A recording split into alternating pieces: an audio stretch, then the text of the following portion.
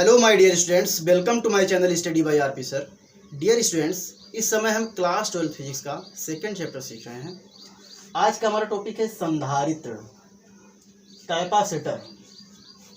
संधारित्र क्या चीज़ होता है, इसको हम समझते हैं और ये कैसे बनता है, इसके स्ट्रक्चर को भी हम सीखेंगे और साथ में इसकी परिभाषा को समझेंगे। ठीक है, इससे पहले हमने जो है धारिता के बारे में जान लिया है।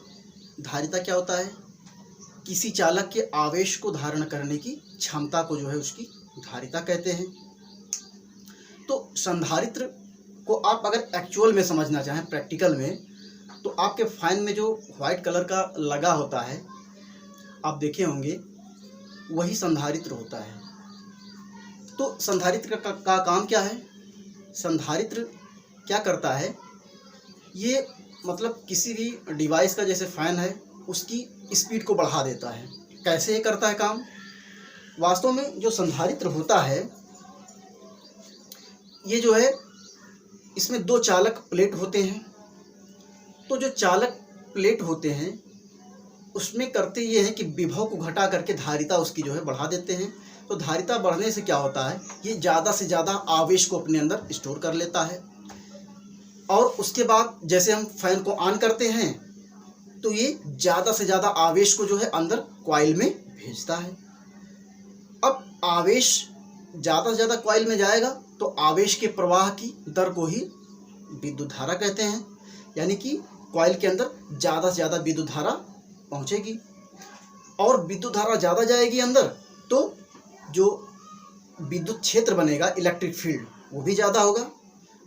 तो इससे क्या होगा, पंखे की स्पीड बढ़ जाएगी। ठीक है, तो इसको हम और आगे फिर जो है, आगे जब हम इलेक्ट्रिक जनरेटर पढ़ेंगे तो उसमें कैसे मतलब करंट के जाने से जो है स्पीड बढ़ती है, इन सब चीज़ों को जो है समझेंगे।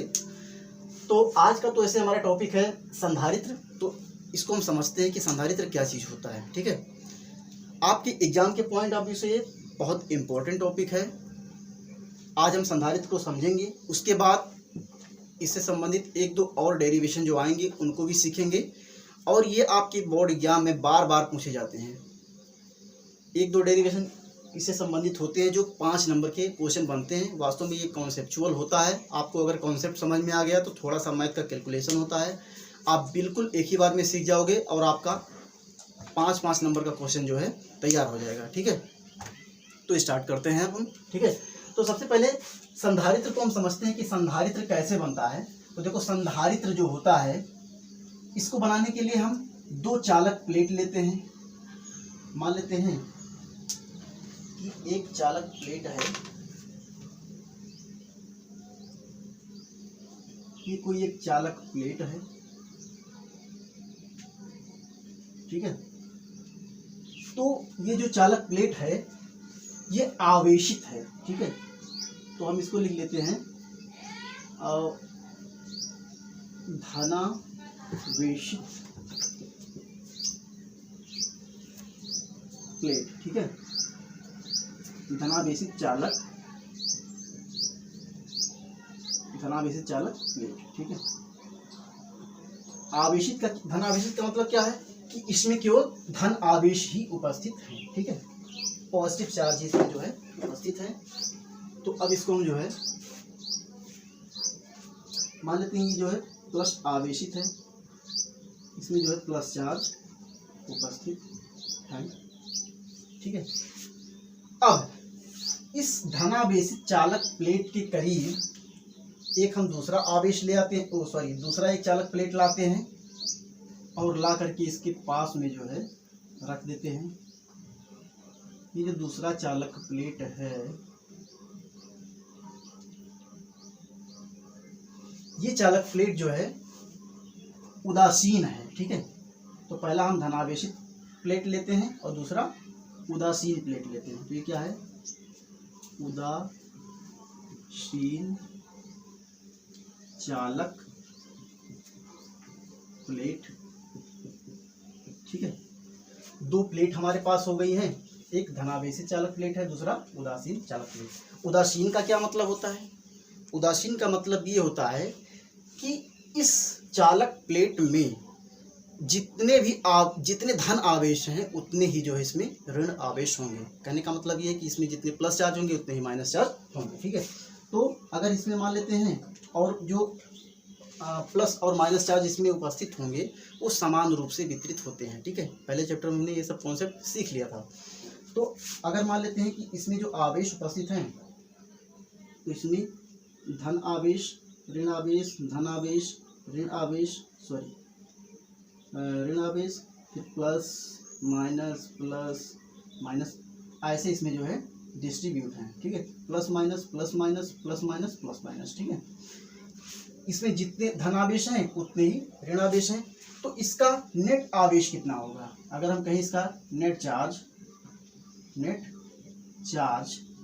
या कह सकते हैं कुल आवेश, तो कितना बनेगा? अगर मान लेते हैं 1 2 3 4 इसमें जो है प्लस चार्ज है और माइनस कितने हैं? 1 2 3 4, माइनस चार्ज भी 4 ही है। तो प्लस 4 माइनस चार्ज कितना हो गया? 0 हो गया। यानी कि इसका नेट आवेश कितना है? 0 है। कहने का मतलब ये क्या है? विद्युत रूप से उदासीन है। ठीक है, तो इतनी बात आप समझ पाए। अब समझो, आप ध्यान समझना, कॉन्सेप्ट एक ही बात में समझ में आ जाएगा। अगर समझ में आ गया तो आपका संधारित्र क्लियर हो जाएगा। ठीक है, तो समझो बात को। अब इसमें जो ये जो पहला प्लेट है इसका नाम देते हैं प्लेट ए, दूसरा जो प्लेट है इसका नाम देते हैं प्लेट बी। तो जो पहला प्लेट है इसमें धन आवेश है, यानी कि धन आवेशित प्लेट है, दूसरा उदासीन है। तो आवेश के कारण विभव उत्पन्न होता है, ये हमने इससे पहले सीख लिया है। तो पहले प्लेट में जो प्लस चार्ज उपस्थित हैं, इन प्लस चार्ज के कारण इस पहले प्लेट ए पर जो है विभव आएगा। तो मान लेते हैं जो इस पर विभव आ रहा है वो V इक्वल टू कितना है? मान लेते हैं कि 10 वोल्ट है। कुछ ना कुछ विभव तो आएगा क्योंकि आवेश के कारण विभव आएगा।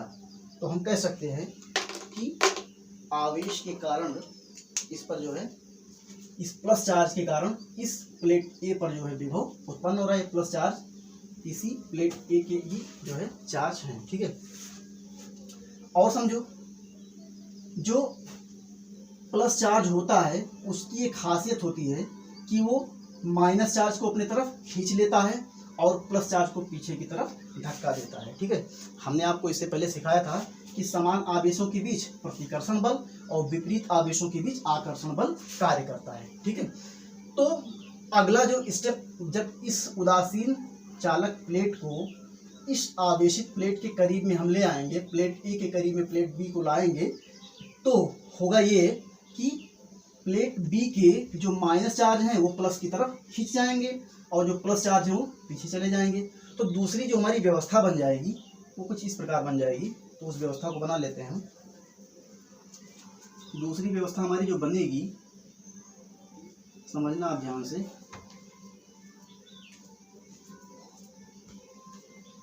ये हमारा प्लेट ए है, प्लेट ए, और इसमें जो है प्लस चार्ज है,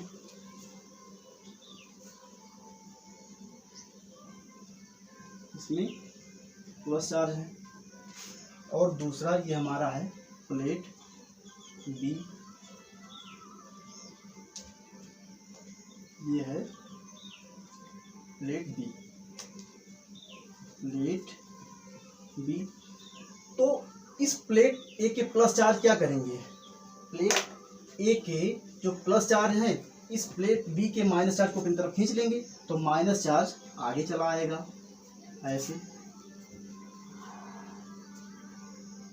ऐसे माइनस चार्ज आगे चला आएगा।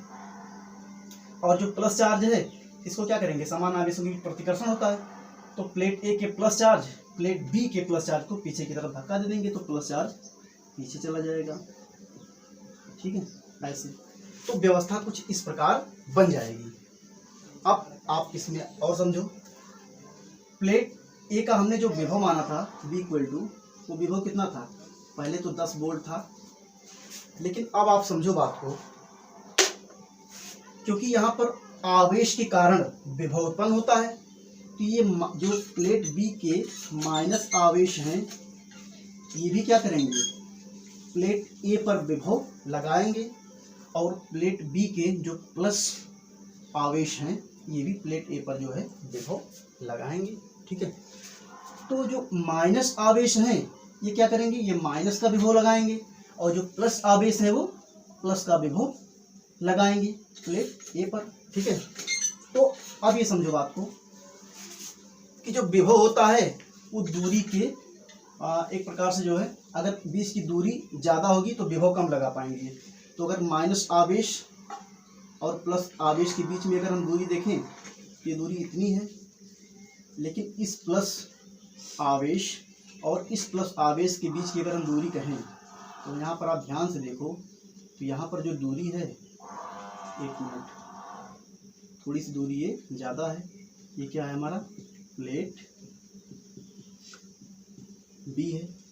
ठीक है, तो अब अगर इनके बीच की दूरी की बात करें, देखो प्लेट ए का जो प्लस चार्ज है, ठीक है, और प्लेट बी का जो प्लस चार्ज है, इन दोनों के बीच की दूरी इतनी है, जबकि प्लेट ए का जो प्लस चार्ज है और प्लेट बी का जो माइनस चार्ज है उनके बीच की दूरी कम है। तो अगर दूरी कम है तो ये विभव ज़्यादा उत्पन्न करेगा और दूरी अगर ज़्यादा है तो ये विभव को कम उत्पन्न कर पाएगा। तो प्लेट बी का जो माइनस चार्ज है वो प्लेट ए पर ज़्यादा विभव उत्पन्न करेगा, क्योंकि ये पास में है तो ज़्यादा विभव लगाएगा। और प्लेट बी का जो प्लस चार्ज है वो प्लेट ए पर जो है कम विभव लगाएगा। तो अगर माइनस का विभव मान लेते हैं कि 3 वोल्ट है तो प्लस का विभव कुछ तो कम होगा ही, मान लेते हैं वो 2 वोल्ट हो गया। ठीक है, तो अब ये तीनों विभव एक दूसरे में मतलब एक ही में ऐड हो जाएंगे। कोई जल्दी नहीं है, एक बार फिर से इस कॉन्सेप्ट को मैं बोल देता हूँ ताकि आपको समझ में आ जाए। ठीक है, समझो बात को। प्लेट ए हमारा जो था ये धनावेशी था, तो आवेश के कारण विभव उत्पन्न होता है। तो प्लेट ए के धन आवेश के कारण प्लेट ए पर जो विभव आया वो हमने मान लिया 10 वोल्ट था। ठीक है, तो वो 10 वोल्ट हो गया। अब प्लेट बी को जब हम प्लेट ए के करीब में लाएंगे तो क्या होगा, तो प्लस आवेश जो प्लेट ए का प्लस आवेश है ये माइनस को अपनी तरफ खींच लेगा और प्लस को पीछे की तरफ धक्का देगा, तो व्यवस्था कुछ इस प्रकार बन जाएगी। अब इस प्लेट बी में जो माइनस चार्ज है तो माइनस चार्ज भी विभव को उत्पन्न करता है, प्लस चार्ज भी विभव को उत्पन्न करता है। माइनस चार्ज माइनस का विभव उत्पन्न करेगा और प्लस चार्ज प्लस का विभव उत्पन्न करेगा। तो माइनस चार्ज जो है वो प्लेट ए के करीब है तो ये ज़्यादा विभव को उत्पन्न करेगा। तो ये अगर 3 वोल्ट विभव माइनस में उत्पन्न करेगा तो प्लेट बी का जो प्लस चार्ज है वो थोड़ा सा दूर है तो ये प्लस में विभव उत्पन्न करेगा, लेकिन ये दूर है तो थोड़ा सा कम विभव उत्पन्न करेगा। तो ये मान लेते हैं कि कुछ तो कम करेगा ही, तो इसको मान लेते हैं कि 2 वोल्ट का विभव उत्पन्न कर रहा है। तो टोटल ये वैल्यू कितनी हो जाएगी, बी इक्वल टू कितनी हो जाएगी, 10 + 2 कितना हो गया, 12 - 3, तो बी इक्वल टू कितना मिल जाएगा, 9 वोल्ट हो जाएगा, 9 वोल्ट। तो क्या हो गया, यहाँ पर पहले विभव कितना था, जब हम प्लेट बी को जो है प्लेट ए के करीब नहीं लाए थे तो पहले विभव कितना था, 10 वोल्ट था। अब विभव कितना हो गया, 9 वोल्ट। क्या विभव घट नहीं गया, तो विभव घट गया। तो वास्तव में संधारित्र में का यही कॉन्सेप्ट होता है, उसमें विभव को घटा दिया जाता है। अब आगे इसमें और समझो। तो विभव को घटाने के लिए क्या हमने प्लेट के साइज को चेंज किया है, नहीं चेंज किया। जितना प्लेट पहले जितना साइज था उतना भी है।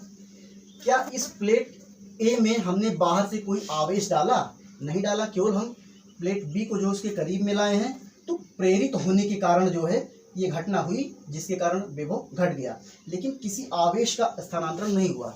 यानी कि आवेश को जो है इसमें नियत रखा गया है और प्लेट के आकार को भी जो है चेंज नहीं किया गया है। ठीक है, और बस प्रेरण की घटना के फलस्वरूप विभव घट गया आवेश को नियत रखकर।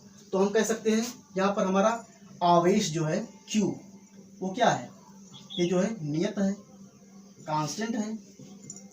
तो हमने धारिता का, हमें ये आवेश Q जो है यहाँ पर इस घटना में नियत है।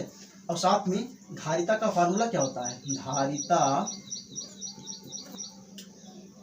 C इक्वल टू क्या होता है, Q/V, यानी कि धारिता इक्वल टू आवेश अपान में विभव होता है।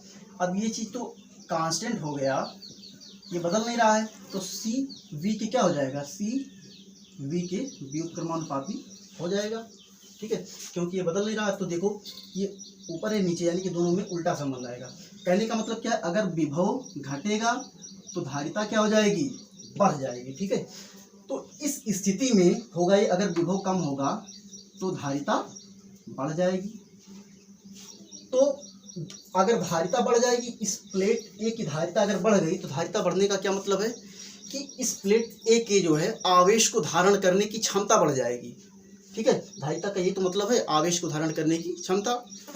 तो अब ये प्लेट ए क्या करेगा, और ज़्यादा आवेश को अपने अंदर स्टोर कर पाएगा। तो यही संधारित्र का कॉन्सेप्ट होता है।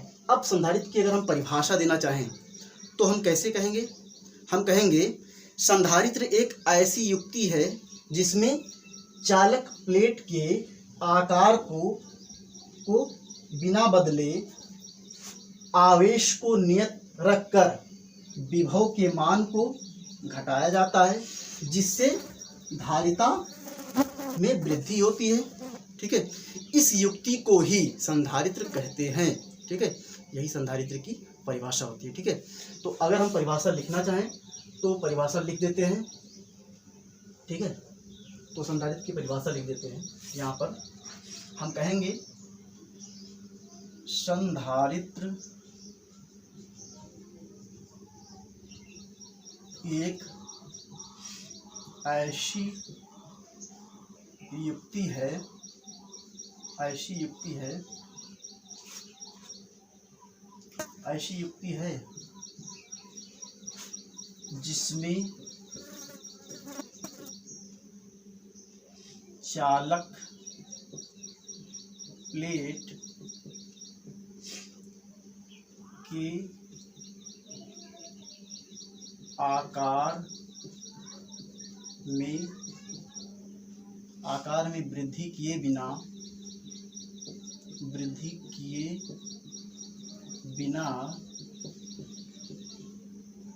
आवेश को नियत रख कर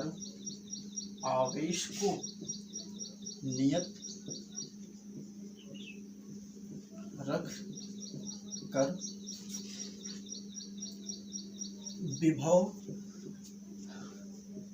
के मान में, विभव को क्या किया जाता है, घटा दिया जाता है। विभव के मान में कमी की जाती है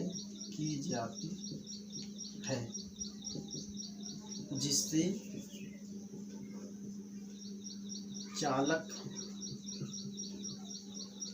की धारिता में वृद्धि होती है। ठीक है, इस युक्ति को ही संधारित्र कहते हैं। इस युक्ति को ही संधारित्र कहते हैं। ठीक है,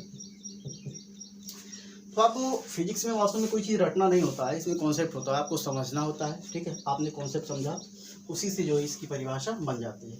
संधारित्र में कुछ नहीं करते हैं, आवेश को नियत रखते हैं, प्लेट के जो है आकार में वृद्धि नहीं करते हैं, बस करते क्या है, दूसरे प्लेट को, जो एक धनावेशित प्लेट है दूसरा उदासीन, तो धनावेशित प्लेट के करीब उदासीन को अगर लाएंगे तो कुछ व्यवस्था ये बनेगी जिससे क्या होगा, इसका विभव जो है घटेगा। विभव घटने से अगर आवेश नियत है तो धारिता बढ़ जाएगी, धारिता बढ़ेगी तो आवेश को धारण करने की क्षमता बढ़ जाएगी। ठीक है, इस युक्ति को ही संधारित्र कहते हैं। ठीक है, अब वास्तव में संधारित्र में अगर हम थोड़ा सा और इसको डिटेल में समझना चाहें तो एक स्टेप और समझ लेते हैं इसमें।